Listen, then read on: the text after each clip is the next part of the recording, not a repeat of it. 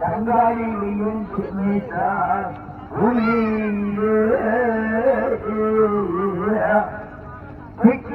கொண்டாடு செம்பவருமாயிருந்து ஆழ்பாயிரையிலும் தெரியோ பெண்றாயன்று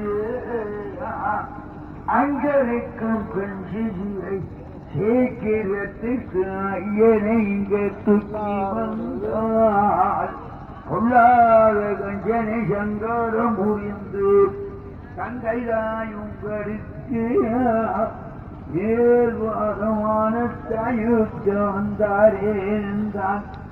அந்த மொழி கேட்டு மதுரவராஜன் என்றே மதித்து கோயிலுக்கு வந்த கூட ஆயர்வாடி போய் வருவதற்படி ஆதினாராயினை காக்க வந்த சுதாபச்சேவன் இது சரி என்ற நான்கு கரத்தில் இரண்டு கையில் நிற்கும் என்றான். புது செய்ய வந்த கண் மர்மமுடன் சொல்வான் தகப்பு